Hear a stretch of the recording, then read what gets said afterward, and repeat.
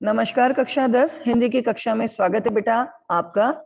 और हम उपस्थित हुए हैं हमारे स्पर्श की पाठ्य पुस्तक के सत्र 2 में पूछे जाने वाले पाठ्यक्रम के पाठ पतझड़ में टूटी पत्तियां का सेकंड पार्ट, दूसरा हिस्सा जो है वो है वहां जैन की देन, जिसके लेखक है रविंद्र केलेकर।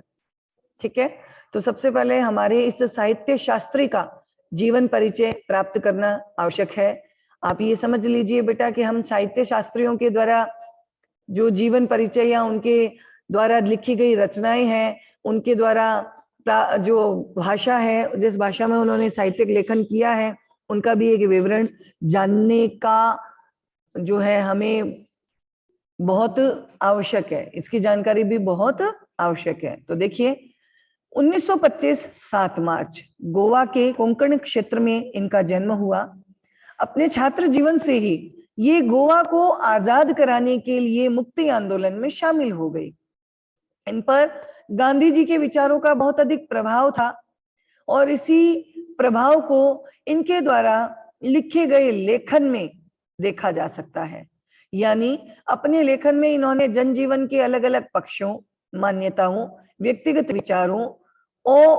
विचारों को देश और समाज के संदर्भ में प्रस्तुत किया। इनकी अनुभवजन्य टिप्पणियां, यानी जिन जिन चीजों को इन्होंने कोंकण क्षेत्र में रहते हुए देखा और भोगा था, उसके ऊपर भी इन्होंने जितनी भी समीक्षाएं लिखी, टिप्पणियां लिखी, वो सारी चीजें भी इनकी मौलिक थी, यानी इनके द्वारा स्वयं रचित की गई थी, किसी चीज की नकल नहीं थी।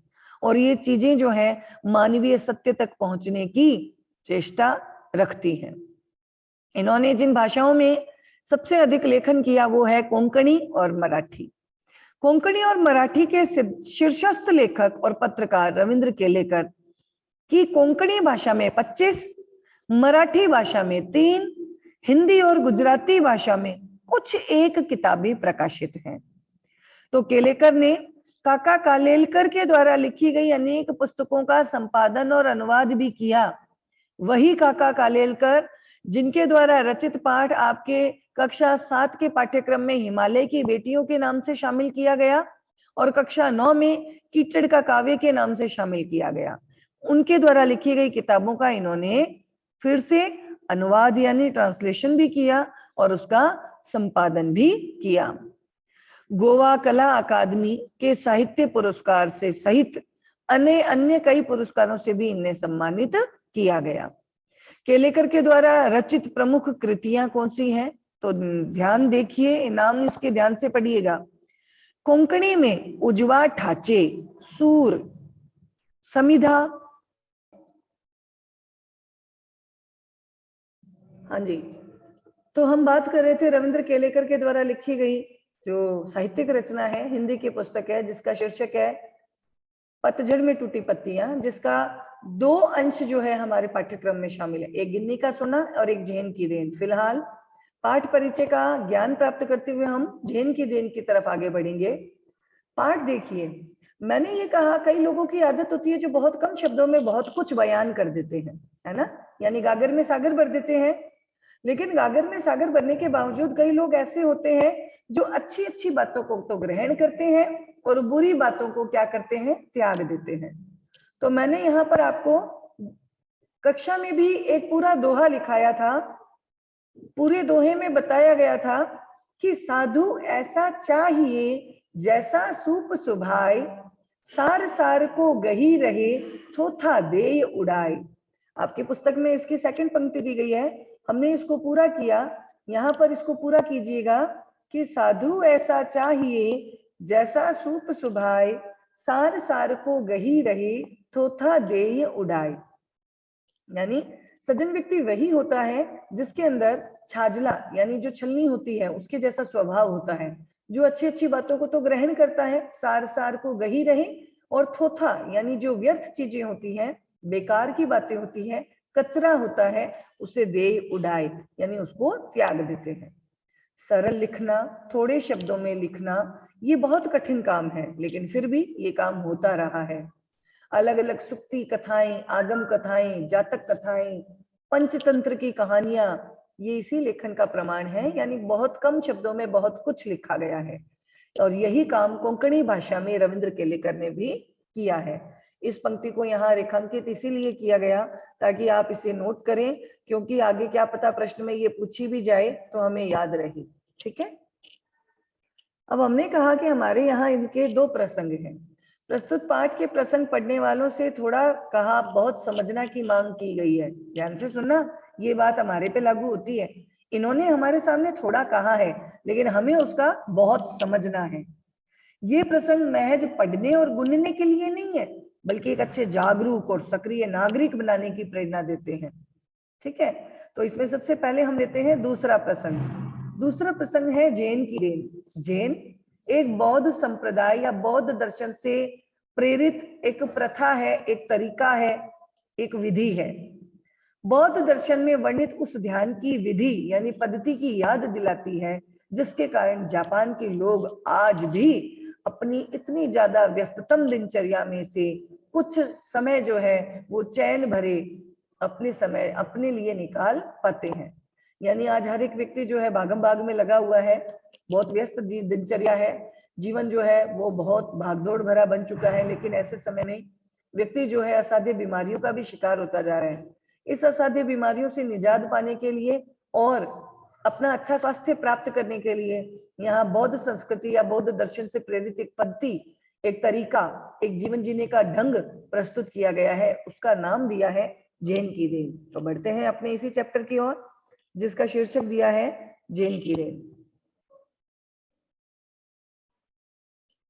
तो लेखक जो है रविंद्र केलेकर, उनको एक बार जापान जाने का मौका मिला। जापान जाकर के ये अपने मित्र से पूछने लगे कि यहाँ के लोगों को कौन सी बीमारियां बहुत ज्यादा होती है। तो मित्र ने जवाब दिया, मानसिक बीमारी। यहाँ के 80% लोग जो है मानसिक रोगी हैं। तो लेखक पूछते हैं इसकी क्या वजह है। उसके मित्र ने जवाब दिया और कहा, हमारे जीवन की रफ्तार बहुत बढ़ गई है। यहाँ कोई चलता नहीं है बल्कि दौड़ता है, यहाँ कोई बोलता नहीं है बल्कि बकता है।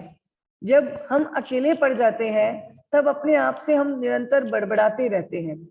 अमेरिका से हम प्रतिस्पर्धा करने लगे हैं और 1 महीने का काम जो है 1 दिन में ही पूरा करने की कोशिश करने लगे हैं, जिसकी वजह से दिमाग की रफ्तार तेज रहती है और उसमें भी स्पीड का इंजन लगाने से वह और 1000 गुना अधिक रफ्तार से दौड़ने लगता है। और फिर एक समय ऐसा आता है जब दिमाग का तनाव बढ़ जाता है और पूरा इंजन जो है यानी पूरा का पूरा सिस्टम जो है वो टूट जाता है, नष्ट हो जाता है। यही कारण है जिससे हमारे यहाँ मानसिक रोगी बढ़ गए हैं। तो ये खाली जापान की बात नहीं है, ये हर एक देश की बात है, हर एक व्यक्ति के साथ घटित होने वाली घटना है कि हर व्यक्ति जो है वो खूब अच्छा धन संचय करने के लिए, अपने परिवार की सुख सुविधाओं के लिए और अपने आप को व्यस्त बनाए रखने के लिए भागदौड़ भरी जिंदगी से गुजर रहा है। ऐसे समय में वो अपनी तरफ ध्यान भी नहीं दे पाता है, जिसकी वजह से वो कई मानसिक बीमारियों का शिकार हो जाता है। क्यों? क्योंकि धीरे धीरे वो अपने समस्त सदस्यों से धीरे धीरे कटने लगता है और वहां से संपर्क टूट जाने की वजह से वो अपने भावों की अभिव्यक्ति करने के लिए किसी विशेष व्यक्ति को नहीं पहचान पाता है, जिसकी वजह से वो तनाव में रहने लगता है। और यही डिप्रेशन जो है, यही तनाव जो है उसके मानसिक रोगी होने का कारण बनता है। तो लेखक कहता है, एक शाम मेरे दोस्त मुझे जो है टी सेरेमनी में ले गए। चाय पीने की एक विधि है, इसे जापानी भाषा में चा नो यू कहते हैं। आपको पता है मैंने एक जेस्चर्स के यानी इशारे के द्वारा बताया, चा नो यू यानी टी सेरेमनी की एक विधि जिसमें चाय वगैरह जो पी जाती है वहां पर जापानी भाषा में उसे पुकारा जाता है चा नो यू। कहाँ पर होती है ये, कहाँ पर ऑर्गेनाइज की जाती है, इसकी व्यवस्था कहाँ पर होती है? तो यह एक 6 मंजिली इमारत है जिसकी छत पर दफ्ती की दीवारों वाली यानी मिट्टी की जो नहीं, ये जो गत्ते और लकड़ी की जो बनी होती है ना, जिससे आपका एग्जाम देने वाला जो हार्डबोर्ड बनता है ना, हार्डबोर्ड जो होता है परीक्षा देने वाली जो तख्ती होती है, तो जिसकी छत जो है दफ्ती की दीवारों वाली और तातामी यानी उस पर चटाई बिछी होती है और वहां एक सुंदर पर्णकुटी पत्तों से निर्मित झोंपड़ी बनी होती है। कौन सी मंजिल पर? 6ठी मंजिल पर। बाहर बेढब सा एक मिट्टी का बर्तन रखा है, अजीब सी बनावट का एक मिट्टी का बर्तन, उसमें पानी भरा। हमने अपने हाथ पांव इसी पानी से धोए, तौलिए से पहुंचे और हम अंदर चले गए। अंदर चाजीन बैठा था। ये कोई जिन नहीं है। चाजीन जैसे अपने यहाँ पे वेटर होते हैं जो हमारे निर्देश की प्रतीक्षा में, आदेश की प्रतीक्षा में होते हैं, वैसे ही वहां पे चाजीन पुकारा जाता है। वह हमें देखकर खड़ा हुआ, कमर झुककर उसने हमें प्रणाम किया और कहा, दो जो, यानी आइए, तशरीफ लाइए। जापानी भाषा में क्या कहा गया? दो जो, आइए, तशरीफ लाइए। और बैठने की जगह हमें दिखाई। अंगीठी सुलगाई और उस पर चायदानी रखी। बगल के कमरे में से जाकर के कुछ बर्तन लेकर आया और तौलिए से बर्तन साफ किए। ये सारे काम वो इतने गरिमापूर्ण तरीके से कर रहा था कि उसके हर एक काम को देखकर ऐसा लगता था मानो किसी स्वर्ग में आ गए हैं और स्वर्ग में जय जयकार के नारे गूंज रही हैं। वहां का वातावरण बहुत शांत था। इतना शांत था कि चायदानी में पानी के खदकाने की जो आवाज है वो भी हमें सुनाई दे रही थी। पिन ड्रॉप साइलेंस जिसे आप कहते हो, सुई के गिरने की भी आवाज जहां पर आती है ना। ये है चाजीन, ये है लेखक और ये है मित्र। चाय तैयार हुई। उसने उस चाय को प्याले में भरा और वो सारे प्याले हमारे सामने रख दिए। वहां हम 3 मित्र थे, ध्यान दीजिएगा। मित्र 3 ही थे, 3 से ज्यादा क्यों नहीं?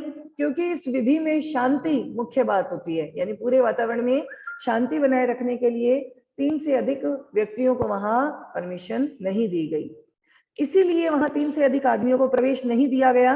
प्याले में 2 घूंट से ज्यादा चाय नहीं थी। लो जी, हम तो कितनी कितनी चाय यूं ही गुटका जाते हैं, जबकि 2 घूंट से ज्यादा चाय नहीं थी।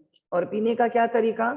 हम ओठों से प्याला लगाकर एक एक बूंद चाय ऐसे पीते रहे कि 1.5 घंटे तक चुस्कियों का यह सिलसिला चलता रहा। यानी सिर्फ 2 घूंट चाय को पीने में 1.5 घंटे का समय, और वो भी कैसे पी जा रही थी? चुस्कियां लेते हुए। पहले 15 मिनट तो मैं उलझन में पड़ा, फिर देखा दिमाग की रफ्तार धीरे धीरे कम होती जा रही है और एक बारी में बिल्कुल बंद हो गई। ऐसा लगा मानो मैं अनंत काल तक जी रहा हूँ, यानी इस संसार लोक में नहीं, किसी स्वर्ग लोक में। और सन्नाटा भी मुझे सुनाई दे रहा है। अक्सर हम या तो गुजरे हुए दिनों की खट्टी मीठी यादों में उलझे रहते हैं या भविष्य के रंगीन सपने देखते हैं, यानी या तो भूतकाल में रहते हैं या भविष्यकाल में। असल में दोनों ही क्या है? भ्रम है। एक जो चला गया, दूसरा जो आया ही नहीं।